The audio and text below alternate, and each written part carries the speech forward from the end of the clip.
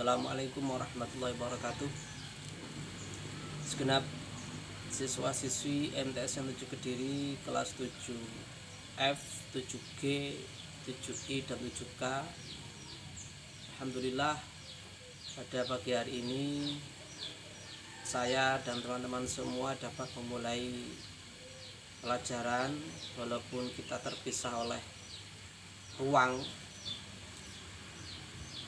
tapi tidak menyurutkan niat saya untuk memberikan sebuah materi pembelajaran tentang Al-Quran Hadis.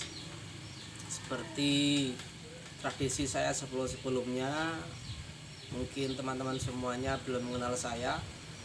Perkenalkan, nama saya Muhammad Arwani. Saya berasal dari Plumbung Rejo, Kandangan, Kediri. Saya mengampu mata pelajaran Quran Hadis dan Akidah Akhlak untuk kelas 7-8. Seperti kebiasaan saya ketika tatap muka, seperti saat sebelum era pandemi, saya selalu mengawali pelajaran dengan bertawasul dulu pada Nabi Muhammad, para malaikat, segenap para aulia ulama, guru-guru kita, orang tua kita, dengan mengirimkan suratul Fatihah dengan harapan agar kita nanti dapat mempunyai ilmu, pembelajaran kita dapat menuai sebuah hasil ilmu yang bermanfaat barokah. Mari kita bertawasul dulu. Al-Fatihah. Bismillahirrahmanirrahim. Alhamdulillahirabbil alamin arrahmanir rahim maliki yaumiddin. Iyyaka na'budu wa iyyaka nasta'in ihdinas siratal mustaqim siratal ladzina an'amta 'alaihim ghairil maghdubi 'alaihim waladdallin. Untuk mengawali mata pelajaran Quran Hadis, silakan disimak LKS-nya, tapi saya tidak menjadikan LKS itu sebagai bahan materi pokok karena kadang banyak kesalahan baik yang disengaja maupun tidak dari tim penyusun maupun dari penerbitnya. Oleh karena itu sengaja saya mengupload video ini sebagai sebuah standar pokok materi pelajaran Quran Hadis. Pada pertemuan kali ini kita akan mempelajari tentang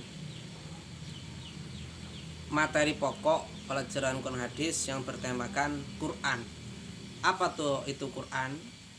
Kita harus tahu sebagai seorang yang beragama Islam, sebagai seorang mukmin, kita harus tahu apa itu Quran, apa itu kedudukannya Quran, betapa pentingnya Quran. Kita harus benar-benar paham. Tidak akan saya bacakan teks Arabnya, cukup saya rangkumkan bahwasanya seperti yang disepakati oleh ulama. Definisi Al-Quran, pengertian Al-Quran adalah kalamullah.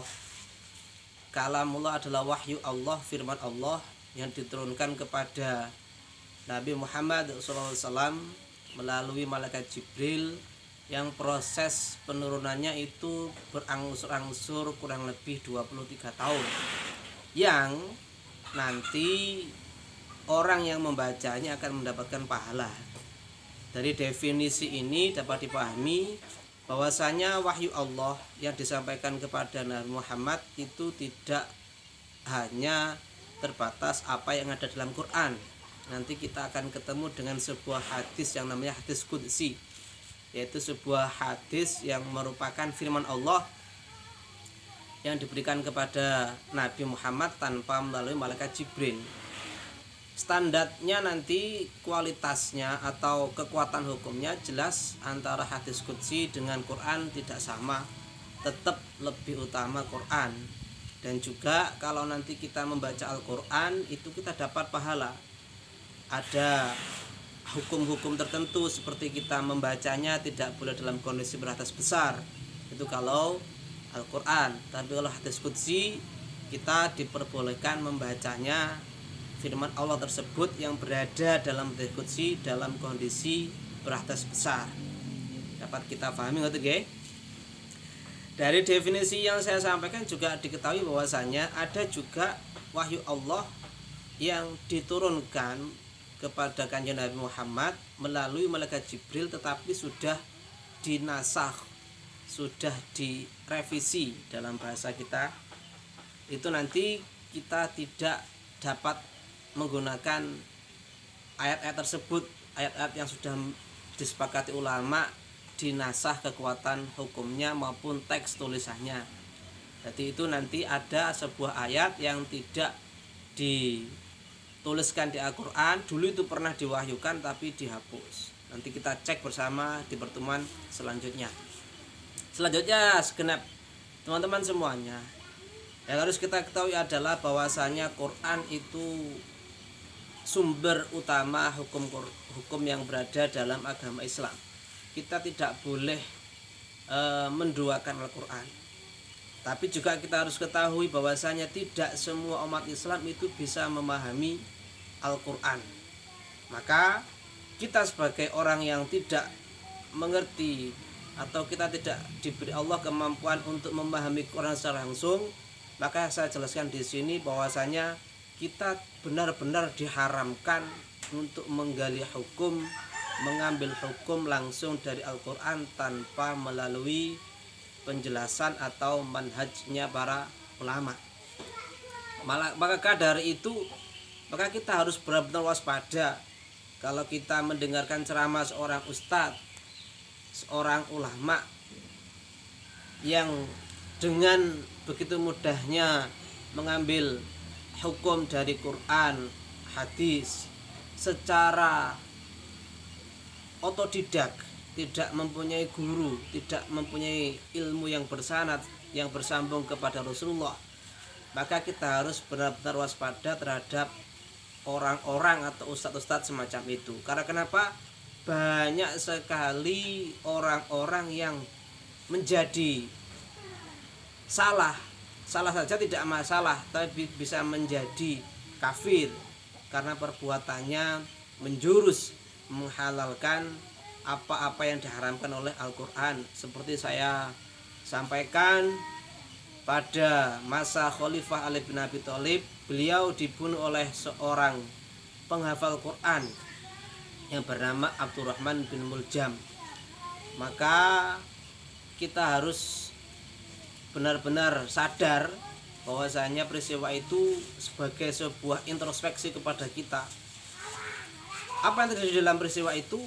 Yaitu si pembunuh Ali bin Abi Thalib dengan bangga, dengan tanpa mempunyai rasa bersalah telah membunuh menantu Kanjeng Nabi Muhammad SAW, membunuh orang Islam, membunuh sahabat yang paling utama dengan tanpa ada rasa penyesalan. Dan itu karena apa?